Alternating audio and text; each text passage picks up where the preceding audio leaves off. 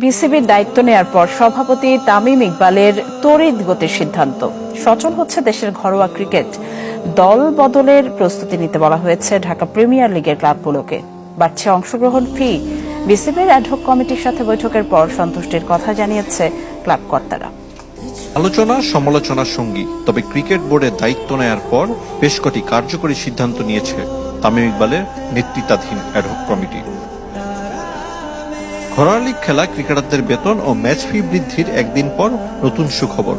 দেশের ঘরোয়া লীগ নিয়ে অনিশ্চয়তা দূর হচ্ছে। চলতি মাসের শেষ অথবা মে মাসের প্রথম সপ্তাহে ঢাকা প্রিমিয়ার লিগ শুরুর পরিকল্পনা।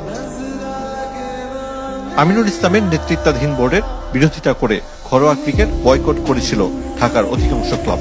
জাতীয় ক্রীড়া পরিষদ সে বোর্ড ভেঙে দিয়ে অ্যাডহক কমিটি গঠন করার পর বিসিবিতে হাজির প্রিমিয়ার লিগ খেলা দলগুলোর কর্তারা। 12টির মধ্যে 10 ক্লাব কর্তার সাথে বৈঠক করেছেন তামিম ইকবাল। সভায় উপস্থিত থাকতে না পারলেও ডিপিএল খেলতে আপত্তি নেই ব্রাদার্স আর লেজেন্ডস অব রূপগঞ্জের।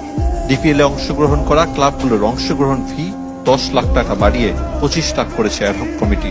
বৃষ্টি ও সময় স্বল্পতার কথা বিবেচনা করে সিঙ্গেল লিগ পদ্ধতিতে হবে টুর্নামেন্ট, সাথে ভেন্যু বাড়ানোর পরিকল্পনা সিসিডিএম এর। শেষবার প্রিমিয়ার লিগের ম্যাচে গুরুতর অসুস্থ হয়ে পড়েছিলেন তামিম ইকবাল। দায়িত্বে এসে সিসিডিএম কে ক্রিকেটারদের স্বাস্থ্য সুরক্ষায় কার্যকর পদক্ষেপ নেওয়ার পরামর্শ দিয়েছেন।